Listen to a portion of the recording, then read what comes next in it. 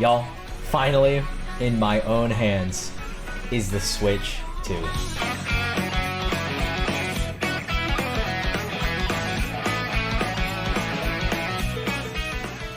So many of you know, as of June 5th, Nintendo has actually released their newest console, the Nintendo Switch 2.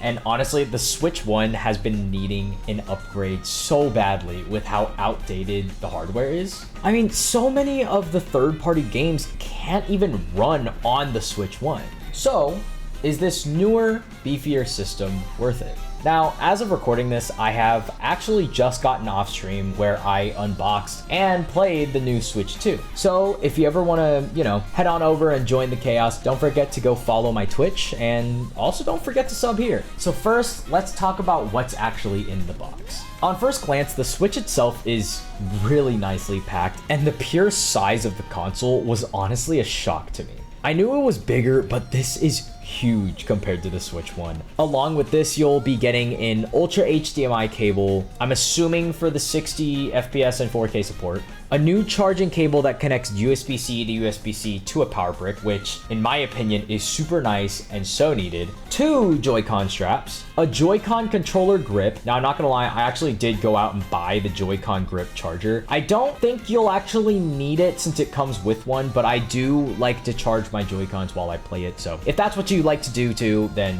go ahead and buy it. And the dock. So first, let me actually talk about the dock, because they have upgraded the look to this pristine and nice design with the round edges and slick interior. It also just feels bigger than the last dock, which obviously, since the console is bigger itself. I also like the way that the back pops off to plug in your cables and everything, kind of similar to the OLED design. I will have to say though, I thought the dock inside had a fan to kind of prevent overheating with the system while you're playing, but I have just gotten off of a 3-hour play session on Mario Kart, and my Switch had already been feeling a bit hot. I'm unsure at the moment if I need to change any settings or anything, but I'll look into that. Next, we can talk about the Joy-Cons. These new Switch 2 Joy-Cons have a rounder edge to them compared to the Switch 1. Along with that, it seems they wanted to keep the slick design and actually kept the colors on the inside, giving it an all black look on the outside. I actually really like this, but I will say I am a huge fan of the white design that they gave with the OLED, but I'm not too mad about this black design. Can I just say too that the Joy-Cons connect to the main body so well? I'd say satisfying even. But with the magnetics, it just feels so much safer holding the Switch without the Joy-Cons just slipping right out. There's also a button on the back that's designed to push the Joy-Cons out to disconnect them, which in my opinion is such an interesting design. I believe the thickness of the Switch 2 is actually the same as the Switch 1, but I'm not gonna lie, holding the console and its slick design and everything just makes it feel a bit thinner. I don't know why, but it does. And I'm not sure if it's because of the newly round edges, but it just feels nicer to hold in my opinion. And I was worried at first because I personally like smaller consoles, which is why I find the Switch Lite to be super easy to use. But holding this system in handheld mode feels so nice, which is actually my main form of playing. All of the buttons click so nicely and every part of the system just feels a better quality than the Switch 1. Now, the main body itself. Again, I believe it's the same thickness, but it honestly felt way thinner due to the sleeker design. One of the most impressive parts of this system is for sure the screen. I don't know if it's some new glass or whatever, but it looks so nice and looks so amazing when you play in handheld. One thing that I had prayed for the new system to have is a way to charge while using the kickstand itself. And they actually listened to my prayers because they added a USB-C port to the top of the Switch, which can be used to charge while using the kickstand, but can also be used for the camera that they just released, whether that's using game chat or even in-game features. Speaking of, the kickstand is actually nicer in my opinion than the OLED model. They basically kept the same design from the OLED, but it honestly feels sturdier and you can even hang it if you want. That makes me anxious, so I'm not gonna do it. That's not gonna stop you from doing it, I'm sure. So that basically covers everything that you'll find in the box besides Mario Kart, of course, if you get that package. And yes, it is packed very nicely and very tightly, so no, you shouldn't stab the box for some odd reason because you will either hit the console screen or hit the Joy-Cons itself. So how does the console perform? Very, very well, I might say. First, I just have to get this out of the way. The eShop. If you've ever played on a Switch 1 and wanted to get a digital game, you'll know when I say that the eShop was a laggy mess. I'm talking, you'll move to the right and 3 minutes later, it finally goes to the next game. It was just so annoying to navigate, but the Switch 2 can just so seamlessly navigate through the eShop perfectly. So fast. Okay, wait, this is the moment of truth, okay? Everyone knows when you freaking browse the Switch eShop, it lags like a mother trucker. You're gonna see. Holy shit. Holy shit. It's so smooth. There's no lag or anything. Look at that. I know it looks like it's lagging on the camera or whatever, but it actually is not lagging, like, at all.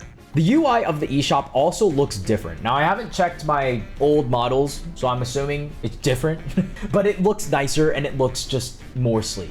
I'm gonna say sleek a lot while reviewing this. I'm just gonna say that right now. Now, the UI of the homepage and everything is basically just the same, which I kind of wish they had something new, but it's whatever. To me, the sounds of all the actions that you do, whether clicking on games, clicking on profiles, all that stuff, is different, and everything just seems to be running smoother due to the hardware upgrades. Speaking of sounds too, the sound system for sure feels richer and louder on this system. And of course, I got the Switch 2 bundle that comes with Mario Kart World, a very controversial game right now. And controversial in the sense of that it costs $80 to buy it, which seems a lot for a Switch game, especially a release game no less. So I will have to ask, is it worth it? So I've played around 3 hours of it on stream. Again, please go check out my Twitch. We have a lot of fun there. Thank you. And I can confidently say that Mario Kart World is so gas. I explained in my stream how I don't really get addicted to Mario Kart games anymore. I still find them fun, but nothing about it really captures my attention. But Mario Kart World is just so much fun. The free roam and knockout tour genuinely kept me so locked in that sometimes I would just forget to talk while playing, if I'm gonna be honest.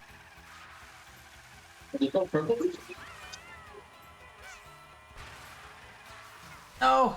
There's just so much to do in this game with new items, new mechanics, new characters, new outfits, etc. Everything just felt so comfy and smooth while racing, but it could also be because of the nicer Joy-Cons too. I personally didn't notice any types of frame lag or frame rate drops or anything, and man, does this game look gorgeous. And you already know, if we were to run this type of game on the Switch 1, the mountains, the castles, bridges, everything in the background would be popping up out of nowhere as you drove. It would be frame lag central, and it would take literally 50 years to load into the game, I swear. Speaking of, the load times definitely do seem to be better. It still takes some time to load in, but I'm not complaining too much since the eShop literally loads like that. I absolutely adore the mechanics of rail riding, wall jumping, and everything. I found rail hopping between rails to be so unbelievably satisfying. I think there were a lot of times when I was playing this game where I genuinely was just smiling from so much joy. The animations of everything too, everything and everyone just seemed to have so much character and emotions. It was just super entertaining to watch. I think the free roam is actually pretty interesting in the sense of you just can so seamlessly travel between courses however you want. Again, with no lag or anything when entering a new area, which is so impressive to me that it's coming from a Switch console. My only downside of this is that some of the courses can feel a bit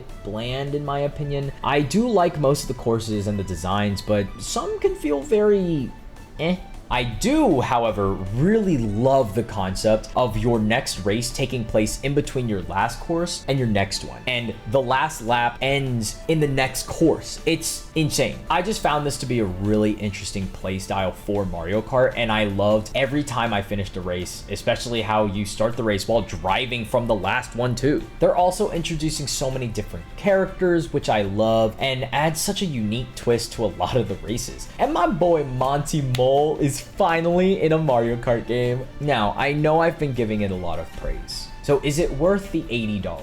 If I'm gonna be honest, not really. I think I enjoyed it a lot, primarily because I bought it for 50 bucks since it came with the Switch, but it also is a digital copy, I'm sure, to go along with their new digital card system, but I am purely a physical game collector. So it kind of sucks that I don't have the physical box, but I did buy it for 50 bucks, so I guess it's whatever. Now, I love every aspect of this game, but pushing the price to 80 bucks is a bit too much for me. But that's just me, okay? If you want to come in here and complain about the game not being high enough, I don't know why you would, but like, no. Anyway, overall, I absolutely love this system. It's everything I've wanted in a new Switch for the past, what, 3 years? Hello, it is me. I'm editing this video. I did want to come on here and just say real quick, because I forgot to mention it in the video, but me and Richard, while playing Mario Kart, we did use the game chat feature and it does really work. He used the mic very, very far away from him and I could still hear him, I would say, fairly clearly. So yeah, just wanted to come on here and say that it works, it's cool. The screen sharing is not really the best, but you know what? It's a step in a direction. So yeah. I mean, the biggest thing about the Switch 1 was that it literally couldn't run its more hardware intensive games, which, you know, for a console is not a great trait to have. And so far I've played Mario Kart, Dragon Quest XI-S, and Animal Crossing, and although those aren't the most intensive games to try out, they still all ran super smoothly. I also couldn't play too many games on it because I had to download all my DLCs and such, and it was taking so long for stream that I just ended it and decided to record this video. I have to download this? Please don't. Please tell me it's not. Please. You say what now? You say what now?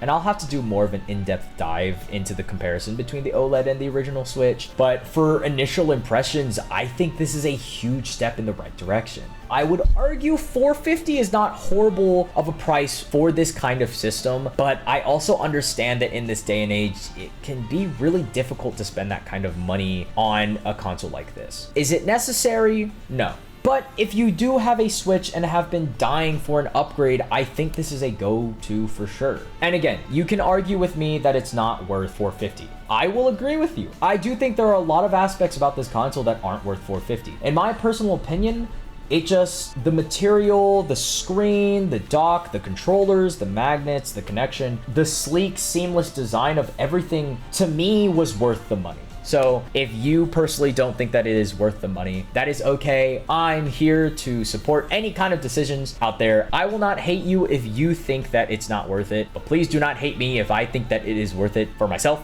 Because in my personal opinion, this system is awesome. Again, it's what I've been waiting for so long for a new Switch upgrade. I do understand that there is a lot of controversy with it too, but I truly enjoy it. And again, you don't have to agree with me, and that's quite all right. Now, I have heard a lot about how like Switch 2 games are only digital cards or whatever that's going on. I actually never really believed this. I thought that they would have physical cards. Now, I will have to say I don't have a Switch 2 game in my possession right now, so sadly I cannot speak about this because I'm trying to save money because I am moving.